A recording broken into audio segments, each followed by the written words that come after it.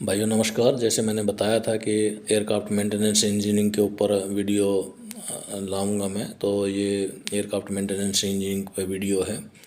इसमें जो है 10वीं पास जो है एक कॉलेज है जो 10वीं पास ने ले हुआ है, और बाकी जो हमारा इंडिया से है, जो भारत से अप्रूव्ड है, वो 12वीं पास ले हुए हैं। तो जो 12वीं पास है उसके लिए जो है 15 एग्ज़ाम हो हैं, 15 मॉड्यूल बोलना है उसने, तो उनके एग्ज़ाम हो हैं वो पास करने पड़े हैं। 2.5 से 3 साल का लगभग ये कोर्स है। इसमें जो पेपर गिले भी पास कर सके हैं और कोर्स करके बाद में भी पास कर सके हैं, तो दोनों चीज़ें हैं इसमें। तो इसमें मैकेनिकल ब्रांच है और एवियोनिक्स ब्रांच है। एवियोनिक्स का मतलब है इलेक्ट्रिकल, इलेक्ट्रॉनिक्स एंड कम्युनिकेशन, वो इकट्ठा हो जाए, उसने बोला है एवियोनिक्स। मैकेनिकल जो है उसने B1 बोलना है, एवियोनिक्स ने B2 बोलना है। तो ये दो कोर्स हैं जिन कोर्स में आप एडमिशन ले सको।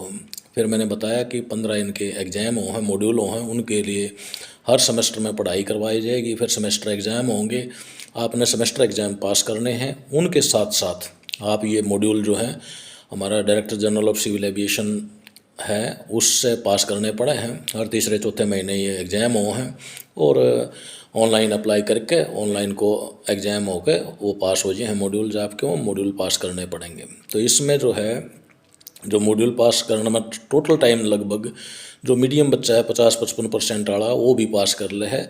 2 साल ट्रेनिंग, 2.5 साल ट्रेनिंग के ला लो, 2 साल बाद 4.5 साल में वो लगभग सारे मॉड्यूल क्लियर कर ले हैं।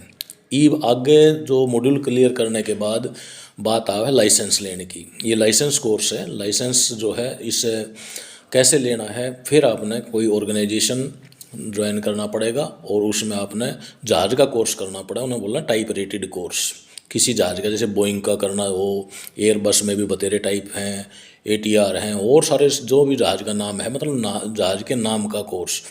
एयरबस का कोर्स, तो एयरबस में जो कैटेगरी हैं, बोइंग में 737 है, 747 है, 787 है, मतलब कैटेगरी वाइज जहाज़ का कोर्स करना पड़ेगा। 1.5 से 2 महीने का कोर्स वो है।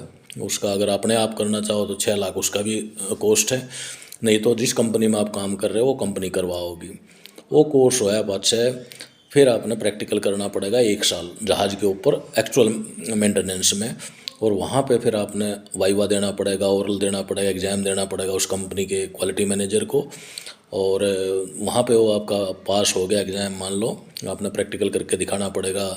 वो फॉल्ट देंगे जहाज़ में, ये फॉल्ट है अब ठीक करो इसने, वो सारा आपने कर दिया, डॉक्यूमेंटेशन कर दिया। उसके बाद वो रिकमेंडेशन दे देंगे DGCA को, और वहाँ से आपका लाइसेंस बन जाओगा। लाइसेंस बनने के बाद फिर आपको जो क्वालिटी मैनेजर है और बाकी जो ट्रेनिंग दे के जो ऑर्गेनाइजेशन को ट्रेनिंग चाहिए, वो सारी ट्रेनिंग करवाने के बाद आपको कॉम्पिटेंसी असेसमेंट करेगा और आपको ऑथराइजेशन दे देगा। अब आप बन गए पूरे फुल फ्लैश इंजीनियर जो जहाज़ के काम में साइन करोगे। तो ये है प्रोसेस जो 12वीं पास बच्चे 5 से 7 साल में जहाज़ के इंजीनियर बन सके हैं। हाँ, जहाज़ के इंजीनियर की सैलरी मैं बता दूँ 80,000 तक शुरू होकर कई प्राइवेट कंपनियां 80,000 दे हैं, 80,000 तक दे लेकर 2, 2.5, 3 लाख तक भी कंपनियां दे हैं। अगर आप दूसरे देशों में जाओगे, गल्फ़ में जाओगे, वहाँ से 5-6 लाख भी महीने में मिल जाए हैं एयरक्राफ्ट मेंटेनेंस इंजीनियर्स ने लाइसेंस और अथराइजेशन के बाद। तो अथराइजेशन तक अपना प्रोसेस मैंने बता दिया। कॉलेजेस में बता रहा हूँ कि दिल्ली के आसपास जो हैं अपने 11 कॉलेज हैं।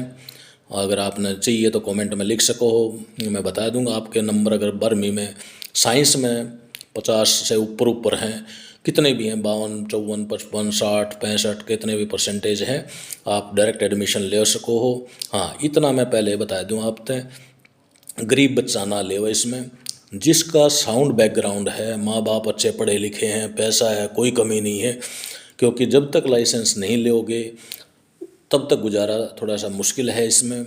लाइसेंस लेने के बाद आपका जो एक्चुअल पेमेंट है, लाइसेंस लेने के बाद, अथराइजेशन लेने के बाद ही शुरू हो है।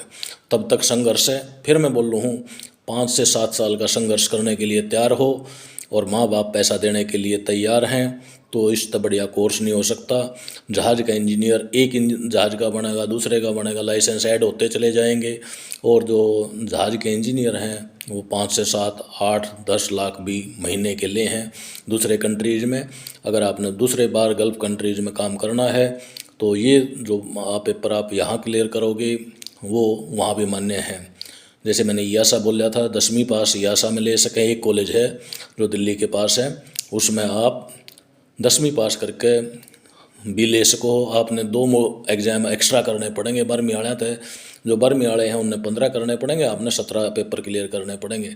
फिजिक्स का और मैथ का पेपर एडिशनल एक्स्ट्रा हो जाए आपके लिए, जो 10वीं पास एडमिशन लेंगे। खर्चा मैंने बता ही दिया, तो उसमें जो है खर्चा लगभग 6 से 8 लाख लेके चलो, ये इतना खर्च हो ये है। और कोई जानकारी चाहिए तो आप कमेंट में पूछ सको। धन्यवाद।